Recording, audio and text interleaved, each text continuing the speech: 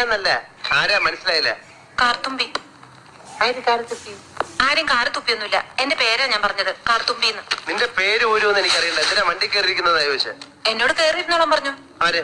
ആ, ഒരു കിളവൻ. അങ്ങനെ ഒരു കിളവൻ പറഞ്ഞാൽ കയറിയിരിക്കാനുള്ള വണ്ടി ഒന്നുമില്ല. ഇങ്ങോട്ട് ഇറങ്ങ വേണ്ടേ? പിന്നെന്തിനാ കാശ് എണ്ണി വാങ്ങിച്ചത്? ആര്? ഒരമ്മാവൻ. ഏതമ്മാവൻ? എനിക്കൊന്നും അറിഞ്ഞൂടാ. പോയി ചോദിക്ക്, അയാളാ ഷാപ്പിലുണ്ട്. ദേ വരുന്നു. അങ്ങോട്ട് ചോദിച്ചോളൂ, എന്താ ചോദിക്കണമെന്ന് വെച്ചാ. അമ്മാവാ, ഞാൻ എന്തൊക്കെയോ പറയുന്നു. മര്യാദയ്ക്ക് സംസാരിച്ച് ചവിട്ടിയുണ്ട്. ഇയാളാണോ ഈ പെണ്ണിന്റെ കാശ് വാങ്ങിയത്? അമ്മാവൻ കാശൊന്നും വാങ്ങിയില്ല.